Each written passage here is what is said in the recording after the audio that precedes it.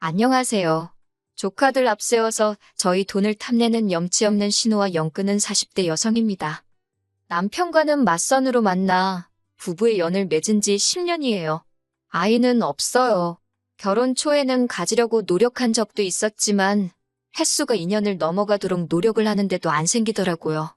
남편이 자기는 아이를 안 좋아한다며 없어도 괜찮다는 말로 저를 위로했지만 저는 도무지 납득할 수가 없었기에 병원을 찾았네요. 남편은 병원까지 가볼 필요가 있냐며 안 내킨다 해서 결국 저 먼저 혼자서 이런저런 검사를 받았는데 저는 아무런 문제가 없다고 하더군요. 설마 싶은 마음에 남편더러 나랑 살 거면 당장 검사 받으라고 아니면 이혼이라고 강하게 나갔습니다. 그제서야 남편이 정말 글자 그대로 병원에 도착해서 진료실에 들어갈 때까지 한숨을 푹푹 내쉬고서야 검사를 받았고요. 그리고 남편의 검사 결과는 충격적이었어요. 남편 정자에 문제가 있다고 하대요.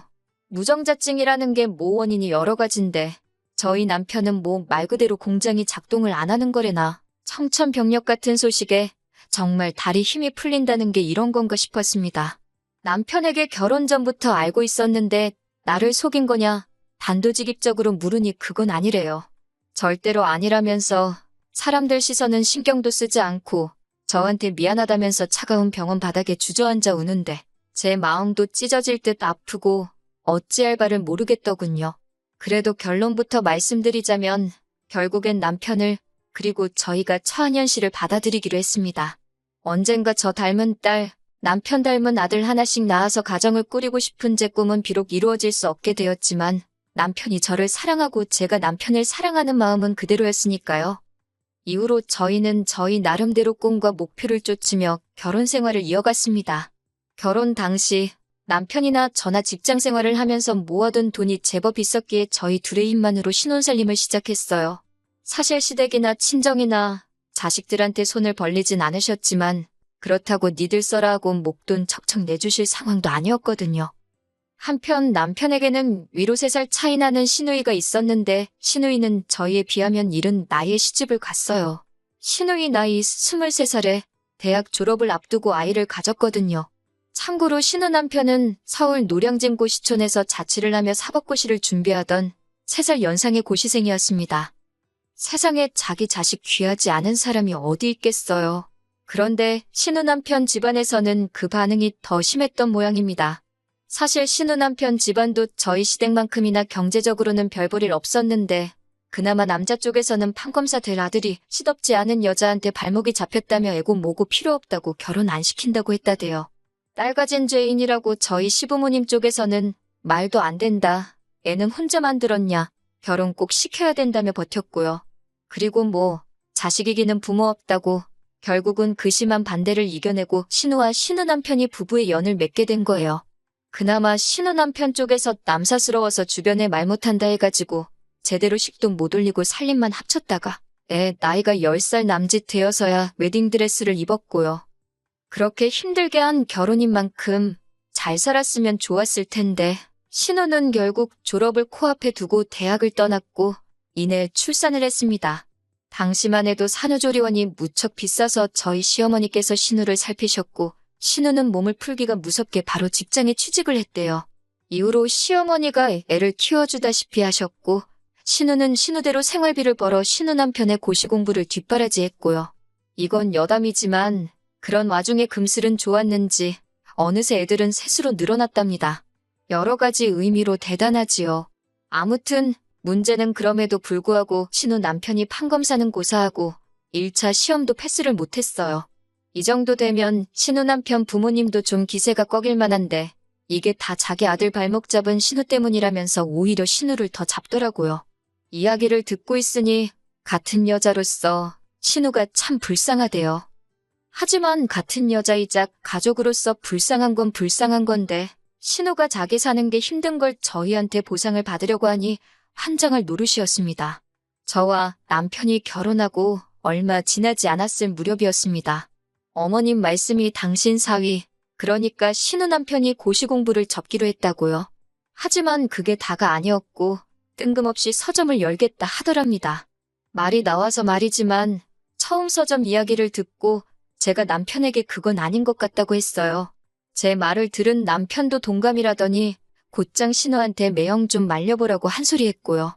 그런데 신우가 오히려 저희를 속물 취급하면서 돈 때문에 하는 게 아니다. 나라의 미래를 위해서 동네 서점이 얼마나 중요한지 아냐 어쩌냐.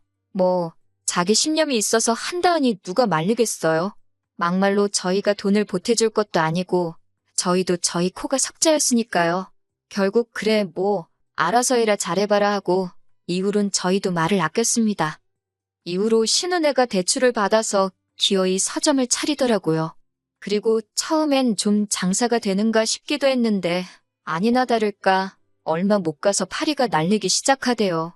그리고 신우 남편이 지금도 포기를 못하고 있지요. 신우가 못 빠지게 회사에서 돈 벌어오면 그걸로 서점 빵꾸나는 거에 메꾸고 사실 말이죠 서점이지 이제 오만 잡동사니를 다 가져다 팔아요. 그나마 지방인이 버티고 있지 서울이었으면 진작에 나가떨어졌을 겁니다. 한편 그렇게 제가 남편하고 결혼한 지 한 3년차 되던 때였어요. 설명하자면 긴데 일단 결혼할 때부터 남편과 저는 이미 명절을 어떻게 보낼지 서로 상의를 해둔 상황이었습니다. 한 번은 친정 먼저, 다음엔 시댁 먼저, 명절마다 순서를 바꿔가자고요. 그리고 그날은 친정에 갔다가 명절 당일 저녁에 시댁에 왔지요.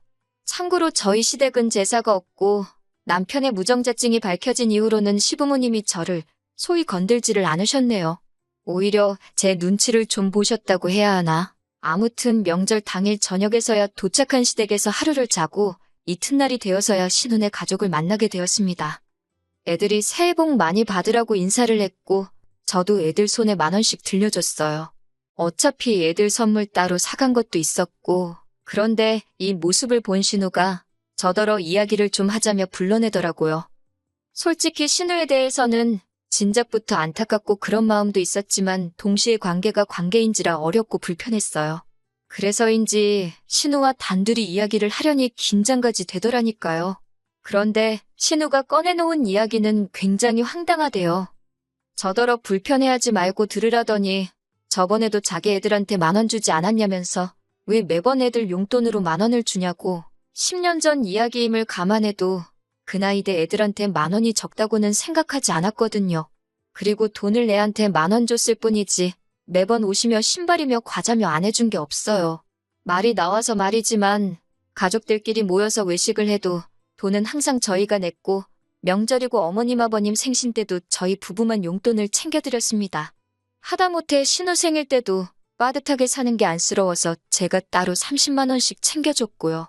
그런데 애들 용돈이 적다는 걸로 지적을 받는다는 게 황당하더라고요. 이런 재속을 아는지 모르는지 신우는 계속해서 자기 하고 싶은 말만 이어갔는데 한다는 말이 요새 애들도 돈 좋아하고 5만 원짜리는 더 좋아한대요. 그리고 어차피 애들은 금방 크니까 쓸데없는 물건 사오지 말고 그거 다 현금으로 계산해서 달라나요? 마치 연속으로 뺨이라도 맞은 듯 정신이 하나도 없었습니다. 하지만 신우는 저녁에 잃지 않고 그놈의 기분 나쁘게 듣지 말라는 소리와 함께 자기 동생 그러니까 제 남편이 저랑 결혼하기 전에는 그렇게 조카들한테 각별히 잘했는데 저랑 결혼하고 나니까 딱 바뀌었답니다.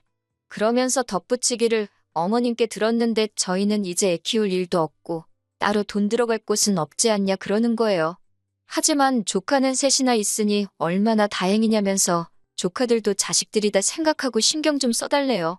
그러더니 절 보면서 죽으면 그 돈 다 짊어지고 갈 거 아니잖아. 그러는데 진짜 신우만 아니었으면 얼굴에 침이라도 뱉었을 겁니다. 정말이지 지금이야 애 없이 사는데 익숙해지고 묻어내졌지만 그때는 정말 신우가 하는 말 한마디 한마디가 제 심장을 후벼 파는 것 같았어요. 결국 집에 오는 길에 차 안에서 펑펑 울었습니다.